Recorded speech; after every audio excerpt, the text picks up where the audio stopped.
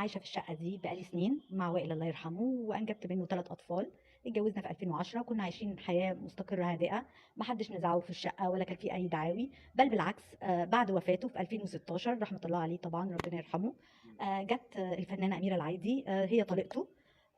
جت معايا في النيابه الحزبيه وفي محضر جرد التركه، اقرت بنفسها ان الشقه دي، الشقه اللي هي تبع العقد اللي احنا موجودين فيها حاليا دلوقتي، ولادي مقيمين فيها. تزوجت وخلفت وانجبت وعايشه فيها حياه مستقره، بل بالعكس ولاده اما رجعوا له، طبعا الناس كلها عارفه ان هي حرمتهم ولاده 6 سنين. 6 سنين ما شافش ولاده غير وانا حامل في جودي، ده موضوع معروف يعني. ولاده بعد ما رجعوا له الحمد لله ان هو توفى، هو شافهم على الاقل، قعد معاهم 5 سنين اتمتع بيهم، لان هو كان بيحبهم قوي، كان بيتقطع على بعده يعني بعدهم عنه كان بيقطعوا كل يوم، يعني كان بيعذبوا كل يوم. وقعد معاهم وكانوا بيجوا يزورونا في الشقه دي اللي عليها الدعوه، شقه سراج مول، اللي هي في سراج مول، اللي هي معروفه انها شقه وائل نور. وجت معايا في محضر جرد التركه بنفسها، ومعايا محضر جرد التركه كلها باوراق مثبته، اقرت ومضت ان الشقه دي ملك الوائل محمد صلاح الدين. فجاه في 2017 لقيت دعوه مرفوعه عليا بان العقد المسجل ده مش مظبوط، وتدخلت هي بعقد صوره ضوئيه من عقد ابتدائي. صوره ضوئيه من عقد ابتدائي، يعني بقت صوره ضوئيه قصاد عقد مسجل. في شهر العقاري، في محضر التصديق، بيع رضائي. واللي رافع الدعوه في التزوير اللي هو ياسر السراج، اللي هو بيساندها طبعا، هي جت عزتني هنا. دكتور اشرف زكي وشمس سليم الله يرحمه وشريف منير كان هنا، وكل الناس بعتوا يعني برقيات تعزيه ليا في الشقه هنا، وهي نفسها جت هنا قعدت يومين وعارفه ان الشقه بتاعت وائل. يعني الموضوع انا كل يوم بيزيدني استغراب. انا عارفه طبعا ان القضاء هيفصل لصالحي، ده 100%، بس ليه اعيش انا واولادي في عذاب؟ ليه اعيش مهددين؟ ليه اطفال صغيره ترفعي عليهم دعوه بطردهم من الشقه؟ وكمان ولادك، ولاد اللي هم يعني دم واحد وعصب واحد، انت طب طلقتوا والولاد دول ما يخصكيش، لكن اخواتهم الكبار يدعوا برضو ان الشقه دي بتاعتهم ومش بتاعت باباهم. يعني ده منطق؟ ولا اي حاجه حصلت غير بعد وفاته بسنه. بقول لحضرتك في 2016، في 2016 جت بنفسها في محضر جلد التركه اقرت ان الشقه ملك الوائل محمد صلاح اللي هو وائل نور. فالموضوع غريب، الموضوع بجد غريب. انا ما شفتش دعوه بالمنظر ده، ما شفتش واحده تتدخل بصوره عقد ابتدائي، حتى معاش عقد ابتدائي. مش عادي مسجل فيه اشاره. تسجيل رضائي، تسجيل رضائي في محضر التصديق. مين البائع ومين المشتري؟ ياسر السراج الشهير بياسر، ياسر السراج اللي هو صاحب سراج مول. ياسر ده بايع لنا حاجتين للتوضيح، بايع لنا الشقه وبايع لنا جراج اللي هو جراج السراج، ده ملك الوائل.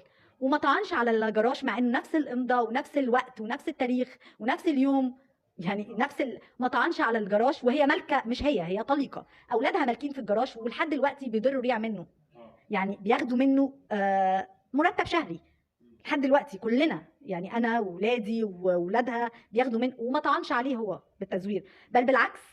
جه في دعوه اقر ببيعه للجراج اللي هو نفس الامضه بتاعه الشقه. خبيره التزييف والتزوير انتقلت للشهر العقاري واخدت معاه عقد الجراج اللي هو ياسر اللي مقدمه بنفسه من ضمن اوراق المضاءه. للملحوظه ياسر لما رفع دعوه التزوير اتطلب اكتر من 5 مرات للاستكتاب الطب الشرعي وما جاش. هو انا اسمع انه هربان، عليه قواضي تزوير وقواضي غسيل اموال وقواضي سرقه كهرباء، عليه قواضي كتير لدرجه انه هربان. انا اسمع بده ومكتوب بده يعني لو عملت سيرش على جوجل على ياسر السراج هتلاقي عليه قواضي كتير، ورافع دعوه زي دي، دعوه يا ريت بيقول ان الشقه دي ملكه مثلا، يعني يبقى في اقناعيه، يعني يبقى في اقتناع ان هو يرفع دعوه زي دي. لا، ده بيقول انا ما بعتش لفلان، بعت لفلانه. مستغربه انا، كل اللي انا اعرفه ان انا جوزت وائل في الشقه دي وخلفت منه في الشقه دي وعشت معاه حياه مستقره، ما حدش قال له ان الشقه شقتي ولا اي دعوه من دي حصلت. السكاكين ابتدت تتخبط في ظهري بعد ما مات، مش في ظهري انا، في ظهر عيال صغيره كل يوم مرعوبين. طبعا بيشوفوني وانا انا ما كنتش حابه ان انا ادخلهم في المواضيع دي، بس بيشوفوني وانا بعيط، بيشوفوني وانا بنهار. كل جلسه بلاقي ان انا برضو الموضوع، حتى لو طبعا القضاء انا عارفه واثقه انه هيجيب لي حقي، بس 7 سنين كتير عليا، كتير عليا مصاريف، كتير عليا يعني. ما كنتش حابه ان الامور توصل ان اخواتهم نفسهم بيطالبوا بالشقه دي، اخواتهم الكبار ان هم يطالبوا ان هم يستلموا الشقه خاليه من الاشخاص، والدعوه معايا من اخواتهم. طبعا الميراث واقف طبعا لاختلافات كتيره، وكل اللي برد عليه يا جماعه عقد مسجل، عقد مسجل. مش هو بس، وبيع لنا عقد تاني مسجل وما طعنش عليه بالتزوير، بل بالعكس. الخبيره ردت قالت، خبيره التزييف والتزوير، ان العقود الاثنين متشابهه. طيب لما راح توفى رحمه الله تعالى حصل توزيع التكليف؟ لا لحد دلوقتي ما توزعتش، طيب. في اختلاف. طبعا. هي طليقه، هي ملهاش حاجه خالص. هي طليقته. ما طلبتش حاجه يعني. هي طليقته، ملهاش انها تطلب بحاجه، هي مش وريثه. هي ممكن تكون عشان مش وريثه عايزه تعمل اي حاجه، عايزه تطلع بحاجه، لكن هي مش وريثه. هي مش وريثه، بل بالعكس، وائل ليه ممتلكات في اماكن تانية، وعليه يعني كل واحد يبقى ما كانش عليه ديون، بس الشيكات وما لحقش يكملها. كان عندنا في مكان في شرم الشيخ في كومباوند كده عليه ديون، كان عليه 100,000 جنيه شيكات بنكيه، انا اللي رحت دفعتها وخلصتها، ورحت دفعت الخدمات على المكان ده واخدته وفرشته بالفعل. فرشت المكان عشان ولادي يستنفعوا، ما انت ولا عايزه تبيعي ولا عايزه تشتري، فقلت على الاقل الحق مال ولادي ما يضيعش على قد ما اقدر. في اماكن تانية انا مش قادره ادفع الدين، وهي رافضه تماما دفع اي دين لوائل، اي ديون. صوره ضوئيه من محضر جلد التركه. اتفضل اهي محتوى بقى، لا احكي لنا محتوى الورقه. الورقه بتقول اهي شقه ملك، اتفضل حضرتك، بتاريخ 1/3/2011.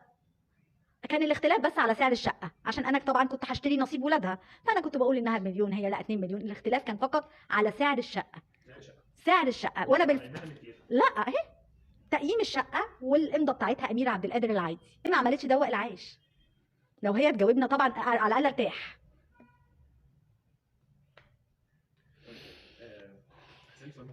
اتفضل. انا مستعده يعني انا عايزه حد يسالني، انا عايزه افهم، فعايزه حد يسالني، لان انا بسال نفسي كل يوم وبجاوب عن نفسي كل يوم، ومش لاقيه تفسير ان واحده تبقى مش شايفه اطفال صغيره، مش شايفه، هي مش شايفاهم يعني مش حطاهم في دماغها خالص، مش شايفه ان عيل صغير يطرد من شقه ابوه اللي مولود فيها عشان خاطر صوره ضوئيه. حتى الصوره الضوئيه دي في المحكمه، والقاضي طلب منها لا اما اصل العقد الابتدائي اصله، لا اما صوره طبق الاصل. وفوجئ ان في نفس الوقت جابت صوره طبق الاصل فعلا من ياسر اللي هو هربان من 2012. طيب يعني لحظه. اتفضل. هو هربان من 2012.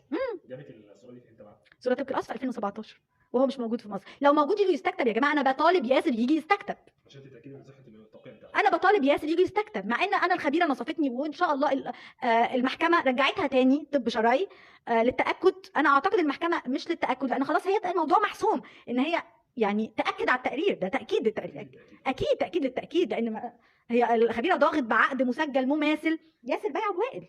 على عيني وعلى راسي، لو خبطوا الباب دلوقتي بعد كل ده وقالوا عايزين يشوفوا اخواتهم، اهلا وسهلا.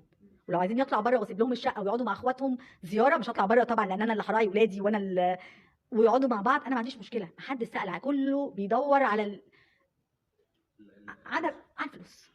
لا اصل التقرير اللي اعتمدت عليه الخبيره مع الملاحظه اعتمدت على التقرير يعني ضاغط بعقد كلنا معترفين بيه. ياسر معترف بيه بما انه رافع دعوه علينا بان هو فرق المساحه لكن بيقر بالبيع، ودي معايا الدعوه دي. واميره عبد القادر العايدي برضو حطت العقد اللي هو ضاغط بيه الخبيره، بلس ان هي اقرت في النيابه الحزبيه، حطته في وزاره العدل، كانت بتشوف محتويات الجراج، فهي اللي حطته بنفسها.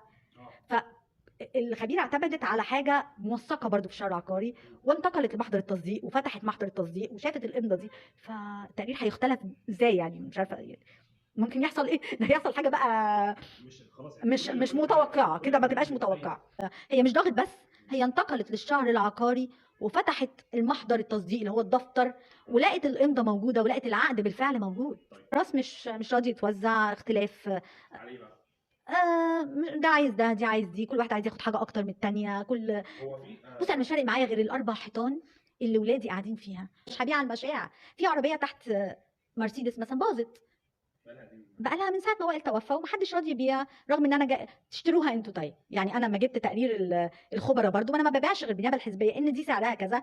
ابنه قال لا هي اغلى من كده، قلت له طب انا موافقه تشتريها بالسعر ده، مش هي اغلى؟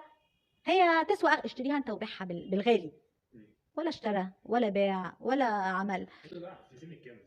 للاسف انه كبير يعني حاجه وهو 27 28 سنه. لا هو شاف اخته مره بالصدفه تحت، طبعا كانت فرحانه انها شافت اخوها مره بالصدفه كده، شافته في المكتب في الجراج.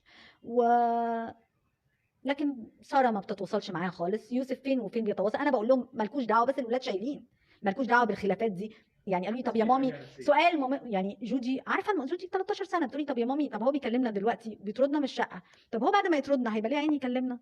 هو ليه كده؟ يعني هو ليه عنده اخوها؟ يعني حابه اضيف ان الرحمه، عايزه الرحمه، بس عايزه مش عايزه مشاكل، عايزه اربي ولادي، مش عايزه كل شويه يعني انا مش عايزه احكي لك حاجات كتير، انا من الاسم المحاكم لمحاضر، يعني هي ملففاني كعب داير يعني كده. وائل كان قوي وهي يمكن شايفاني ست لوحدي يعني جايه عليا بزياده قوي. انت جايه عليا انا بوجه لا، انت جايه عليا بزياده قوي قوي قوي قوي، خاصه في موضوع الشقه جايه عليا بزياده قوي، وحرام حرام. في حاجه هي دايما بتقولها، انا ورايا يعني وراها اللي وراها، يعني انا وراها اللي وراها، ما اعتقدش ان حد هيبقى ورا حد ضد اطفال صغيره. اللي بيحارب معاكي او اللي مساندك او ايا كان مين موافق على اللي انت بتعمليه ده، فانا بقول له برضو انت جاي على عيال صغيره، مش جاي على ست قصاد ست خالص.